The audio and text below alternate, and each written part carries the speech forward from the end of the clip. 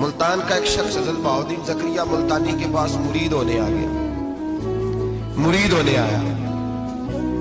حضرت اس کو کونے میں لے گئے اور لے جا کے کہنے لگے تو ملتان کا رہنے والا ہے تو میں اپنے شہر والوں کے ساتھ دھوکہ نہیں کرتا، یہ جو میرے پاس لوگ مرید ہونے آئے ہیں یہ کوئی کہیں سے آیا ہے کوئی کہیں سے آیا، تو میرے شہر کا ہے، میں کوئی پیر شیخ نہیں، میں دکاندار ہوں، جیب میں ٹٹولتا ہوں لوگوں کی، میں دھوکہ دیتا ہوں، تجھے بچانا چاہتا ہوں، تو اس طرح کر کہیں اور چلا جا۔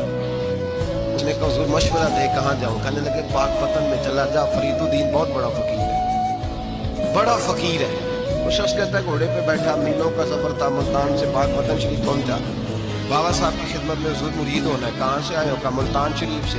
کہنے لگے وہاں فقر کا دریا بہ رہا تھا تو نہر کے پاس آ گیا ہے، فقر کا دریا بہ رہا تھا تو نہر کے پاس آ گیا ہے۔ اور رونے لگا، کہنے لگا بابا مجھے کیا پتا نہر کون سی ہے دریا کون سا ہے، وہ تیرے پاس بھیجتا ہے تو اس کے پاس بھیجتا ہے۔ میرے بھائی پرانے لوگوں کو تو اپنے اندر کوتاہی نظر آتی، سامنے والے کے اندر خوبی دکھائی دیتی۔ میرے نبی پاک سید عالم صلی اللہ تعالیٰ علیہ وآلہ وسلم نے ارشاد فرمایا اگر تم لوگوں کے عیب ڈھونڈو گے تو انہیں خراب کر دو گے۔ حدیث پہ غور کیا حضرات؟ اگر تم لوگوں کے عیب ڈھونڈو گے تو انہیں، بندے خراب ہو گئے کہ تم خراب کر دو گے، اگر عیب ڈھونڈو گے تو تم انہیں خراب کر دو گے۔ کیا مطلب؟ فرمایا اس لیے کہ تمہاری نظر غلط ہو گئی ہے، اب تم روز نئے سے نئے گناہ کا زاویہ ان کے لیے بناؤ، روز نئی سے نئی بری سوچ جنم لے گی تو تم خراب کر رہے ہو اپنے زاویہ نگاہ کے مطابق۔ اس لیے کسی کے عیب تلاش نہ کرو، کسی کے عیب تلاش ڈھونڈتے نہ پھرو، جاسوسی نہ کرو۔ لوگوں کا معقوم مشغلہ ہے